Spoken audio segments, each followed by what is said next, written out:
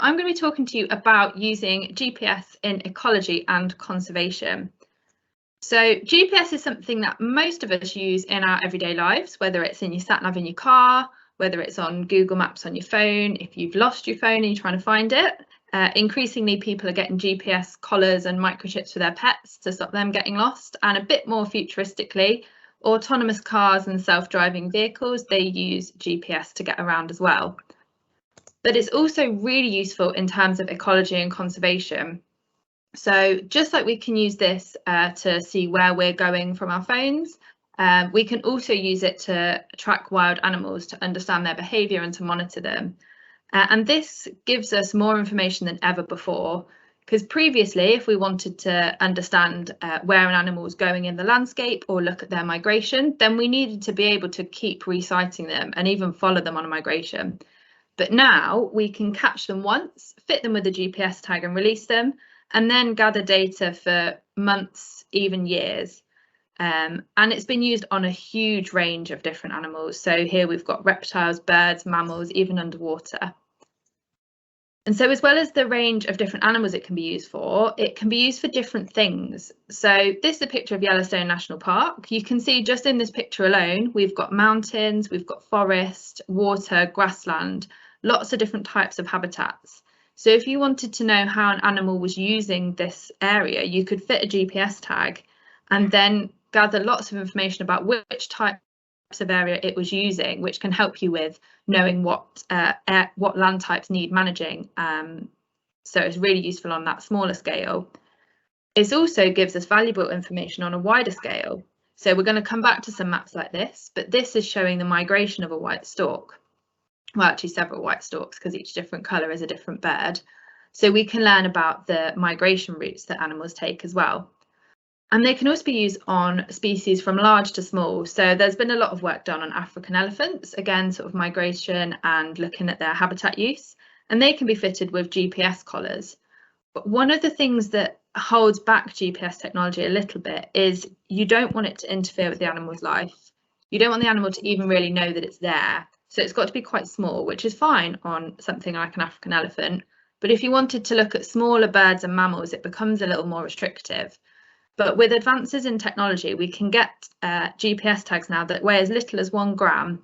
So birds like this small little oven bird can be included in GPS studies as well. So I'm going to be talking to you today a bit about GPS in the context of the White Stork project. So for those of you that don't know about it, this is a project that Durrell is a partner on, aiming to reintroduce white storks into southern England. So white storks are a migratory species, and their migration is an innate response. So they'll travel south naturally in winter, and then they return to the area that they were born to breed, but they don't usually do that for 2 or 3 years.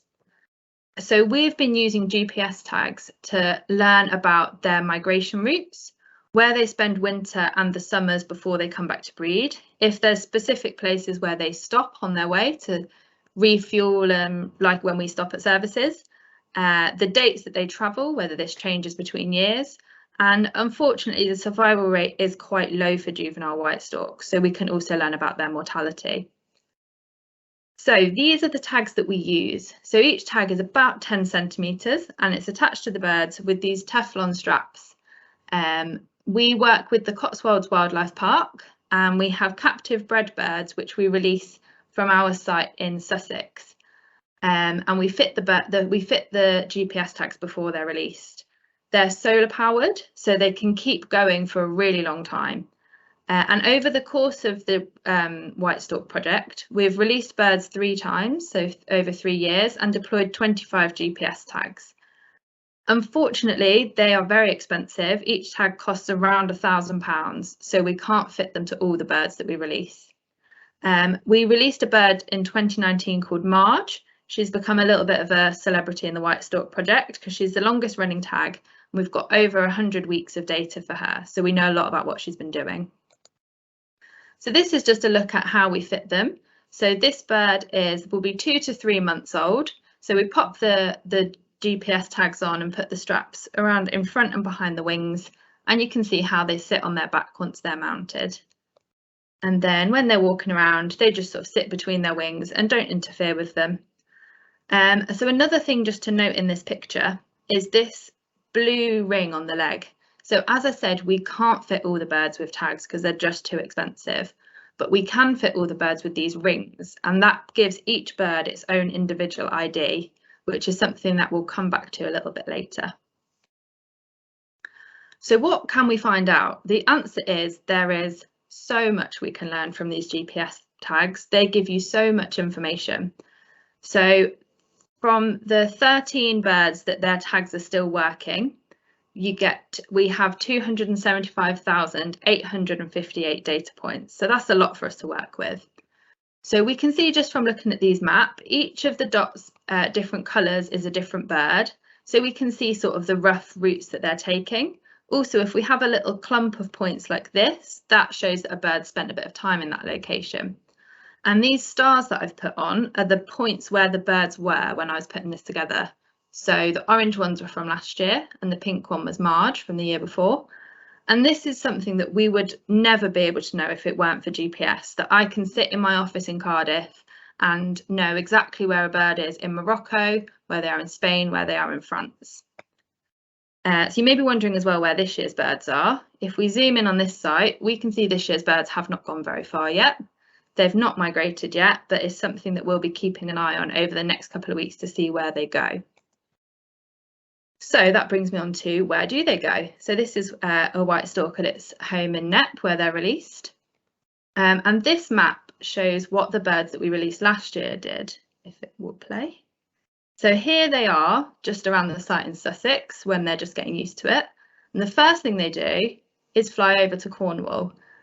Now, whilst white storks are amazing at flying, they fly thousands of kilometres for their migration. They're not very good at flying across water, so this isn't a very good spot for them. Thankfully, they realised this and they went back, and then they headed down south. And you can see they don't all do the same thing. They behave slightly differently, they travel at different speeds. And this is stuff that we can learn from GPS. And then these two down here were the second and third birds from our project to cross over into Morocco. And the first bird was MARGE, who we mentioned earlier. So as I said, we've got lots of data for her. We've got 2 years, so we can see what she's been doing over 2 years thanks to this GPS technology. Whoops, too far. So the first year, she did pretty much what we'd expected. She travelled down south, much like some of the birds from the ones we just showed you. Here she stops off for about 3 weeks. And that's actually a landfill site, which are really commonly used in Europe because there's so much food. And then we can see in her second year, when white storks migrate their first breeding season, they don't tend to go that far north because they're not ready to breed yet. So basically they just have a bit of a holiday. They go up to, in this case, she's gone up to Spain, spend their summer there, and then shortly after she migrates back down south. So this is kind of a standard white stork behaviour, and because we've got this tag on her, we know that one of our release storks followed this expected pattern. And then this was her second year, so this is from this year. We were hoping that she would come back to the UK, so she came up to Spain and then carried on travelling north, which is what we're expecting her to do. Hopefully she'd come back to us, but unfortunately she got a bit blown off course, and that's why she spent her summer in France instead. But these GPS data, they can also go hand in hand with more traditional things. So I mentioned those blue tags earlier. So people send us information about white storks that they see, and these are observation things. So if they can see those tags, we know exactly where different birds have been. But if you can imagine a white stork flying really high overhead, there's no way you're going to see that tag. So we can work with them together. So MARGE was seen in France, and we knew she was there because of her GPS tag, but also someone saw her because they saw this ring. So that shows sort of how these data can work together. And we also know since then that she's begun travelling south again, and she's actually this morning made it as far as Madrid. So she's having a nice time in Spain.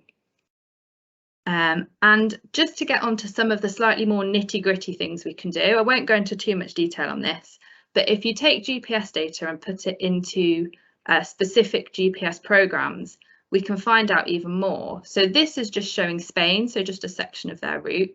And these triangles, they're specific sites that we know storks visit, and we can colour code them. So we've got farm sites, we've got landfills, we've got urban. And if we wanted to know a bit more detail about exactly where the birds are going, we can zoom in on this site, and the pink area around it is a 5-kilometre area around this site. And if you look at this, we've got 3 different colours of dots. So we can see straight away that 3 of our birds have been to this site. So this is the kind of more detailed information that you can learn. And so you can understand important sites where animals are going, which can help you target conservation. So there really is a huge amount that we can do with GPS data. So that concludes my sort of whistle-stop tour of GPS and how we're using it with the White Stork project. So thank you for listening, and if you've got any questions, I'll be happy to answer them.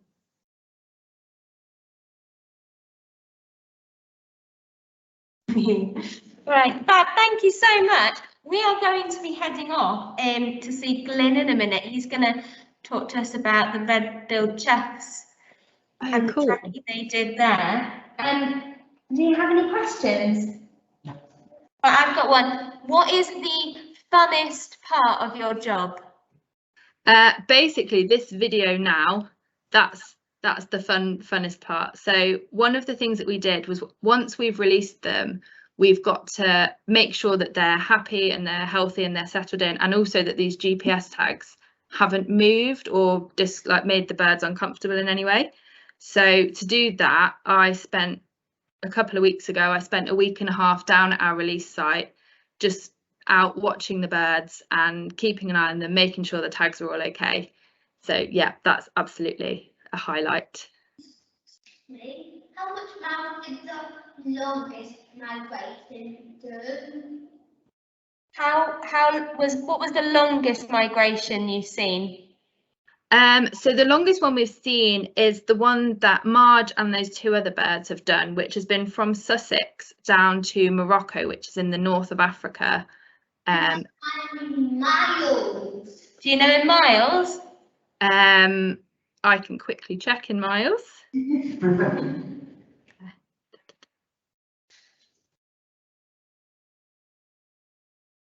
Go.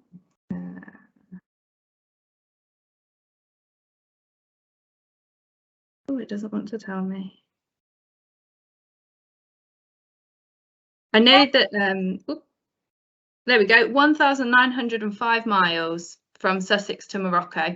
How long did that take her? So she left here in September and then arrived in Morocco in, let me just quickly go back and double check.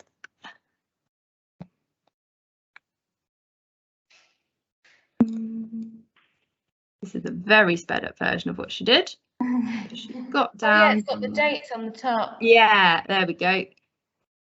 So she got down there the 24th of September, having left here on, oh, there we go, the 15th of August. So it took her just over a month. And that was with this stopover on the way. So they fly really long distances because they use the thermals. So they don't have to flap their wings too much. They use air thermals to glide quite a long way. And then she stopped and refueled for a couple of weeks and then carried on. That's false. Fab. Thank you so much.